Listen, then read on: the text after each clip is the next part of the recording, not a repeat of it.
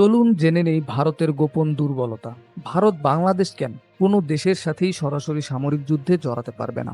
ভারত বড় দেশ মানেই তেমন নয় যে সব সমস্যার সমাধান। ভারতের প্রেক্ষাপটে বাস্তবতা অনেকটাই জটিল। বড় দেশ হওয়া যেমন কিছু সুবিধা নিয়ে আসে, তেমনি বিপুল চ্যালেঞ্জের মুখোমুখিও করে তোলে। ভারতের মতো একটি বিশাল দেশকে প্রতিনিয়ত সামলাতে হয় অজস্র অভ্যন্তরীণ ও বহিঃশত্রু সংকট, যা অনেক সময় তাদের সামরিক শক্তি ও অর্থনৈতিক অগ্রগতির দৃষ্টিভঙ্গিকে ছাপিয়ে যায়। ভারতের দুর্বল দিকগুলো: জনসংখ্যা ও দারিদ্র্য, দানবীয় জনসংখ্যার ভার। ভারত বর্তমানে বিশ্বের সবচেয়ে জনবহুল দেশ, প্রায় 140 কোটির বেশি। এত বিপুল মানুষের জন্য খাদ্য, বাসস্থান, শিক্ষা এবং স্বাস্থ্যসেবা নিশ্চিত করা একটি মহাকাব্যিক চ্যালেঞ্জ। জাতীয় পরিসংখ্যান অনুসারে ভারতের শতকরা 21% এর বেশি মানুষ এখনো দরিদ্র সীমার নিচে বসবাস করে। শহরাঞ্চলে বস্তি সমস্যা, গ্রামীণ দরিদ্র এবং দুর্বল অবকাঠামো দেশটির সামগ্রিক স্থিতিশীলতা নষ্ট করে। এই অর্থনৈতিক বৈষম্যই সরকার বিরোধী মনোভাব ও সামাজিক অসন্তোষ বাড়িয়ে তোলে।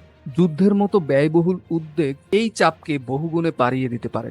ফলে ভারত সরকার একদিকে সামরিক খরচ আর অন্যদিকে জনগণের চাহিদার ভারে নুয়েই পড়তে পারে। সামরিক বাহিনীর বহুমুখী চ্যালেঞ্জ ও সীমান্ত ঝুঁকি। ভারতের অবস্থান ভৌগোলিকভাবে অত্যন্ত সংবেদনশীল। দেশটি চীন, পাকিস্তান, নেপাল, বাংলাদেশ, ভুটান ও মিয়ানমারের সঙ্গে স্থল সীমান্ত দ্বারা বেষ্টিত।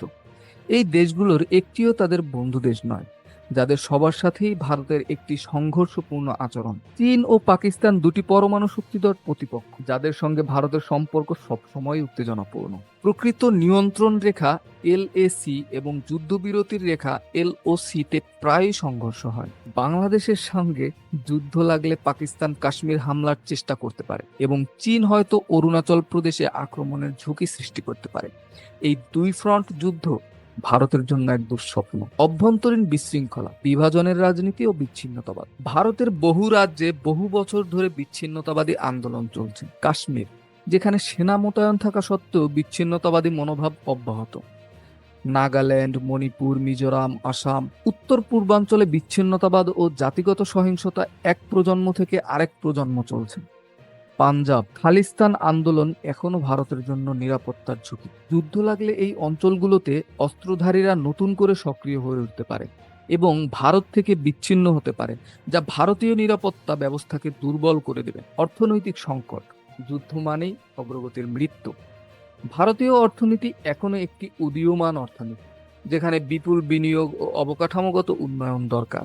2023-24 সালের বাজেট অনুযায়ী প্রতিরক্ষা খাতে প্রায় 5.93 লক্ষ কোটি রুপি ব্যয় করা হয়েছে, যা শিক্ষা ও স্বাস্থ্য খাতের চেয়ে বেশি। যুদ্ধ হলে এই বাজেট আরো ফুলে ফেপে উঠবে, ফলে সামাজিক খাতে ব্যয় কমে যাবে।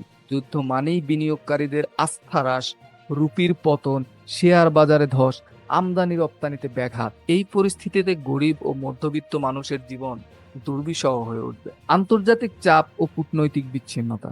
যদি ভারত বাংলাদেশে সামরিক আক্রমণ চালায়, তাহলে আন্তর্জাতিক মহল নিন্দা ও অবরোধের দিকে যেতে পারে। চীন দক্ষিণ এশিয়ার প্রভাব বাড়ানোর জন্য এই ঘটনাকে কাজে লাগাতে পারে।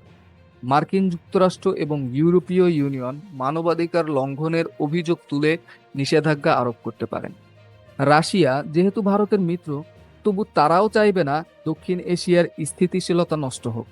এর ফলে ভারত একটি কূটনৈতিক সংকটে পড়বে এবং আন্তর্জাতিকভাবে বিচ্ছিন্ন হয়ে পড়ার ঝুঁকি থাকবে। তাহলে ভারত আসলে বাংলাদেশকে কিভাবে দেখে? ভারত জানে যে বাংলাদেশ এখন দক্ষিণ এশিয়ার একটি গুরুত্বপূর্ণ অর্থনৈতিক ও ভূরাজনৈতিক খেলোয়াড়। চীনের সঙ্গে বাংলাদেশের বন্ধুত্ব ভারতকে দুশ্চিন্তায় ফেলে, বিশেষ করে বন্দর, অবকাঠামো ও প্রতিরক্ষা ক্ষেত্রে। ভারত চায় বাংলাদেশ তার পেছনের উঠোন হিসেবে থাকুক, যাতে তারা বাংলাদেশকে কৌশলগতভাবে ব্যবহার করতে পারে। পানি বন্টন, তিস্তা চুক্তি, সীমান্ত হত্যা, অভ্যন্তরীণ রাজনীতিতে হস্তক্ষেপ, এ সবই ভারতের এক ধরনের প্রভাব বিস্তারের কৌশল। তাহলে কি যুদ্ধ হবে? না। বর্তমান বাস্তবতায় ভারত বাংলাদেশের সঙ্গে সরাসরি যুদ্ধের মতো ঝুঁকি নিতে পারবে না, বরং তারা কিছু কৌশলে এগোবে। যেমন কূটনৈতিক চাপ, আন্তর্জাতিক ফোরামে বাংলাদেশকে চাপে রাখা। অর্থনৈতিক প্রভাব, বাংলাদেশে ভারতীয় পণ্য, মিডিয়া, বিনিয়োগ এবং বাজারের প্রভাব বাড়ানো। রাজনৈতিক হস্তক্ষেপ, বাংলাদেশের অভ্যন্তরীণ রাজনীতিতে প্রভাব বিস্তার। সাইবার ও মনস্তাত্ত্বিক যুদ্ধ, তথ্যযুদ্ধ ও গুজব ছড়িয়ে বিভ্রান্তি তৈরি করা। তাহলে ভারত কি চায়? শক্তি নয়, চাতুর্য দিয়ে নিয়ন্ত্রণের খেলা। ভারত একটি পরমাণু শক্তিধর দেশ হলেও তার দুর্বলতা এতটাই গভীর যে সরাসরি সামরিক সংঘাতে জড়িয়ে পড়া তার নিজের অস্তিত্বকেই ঝুঁকির মুখে ফেলতে পারে।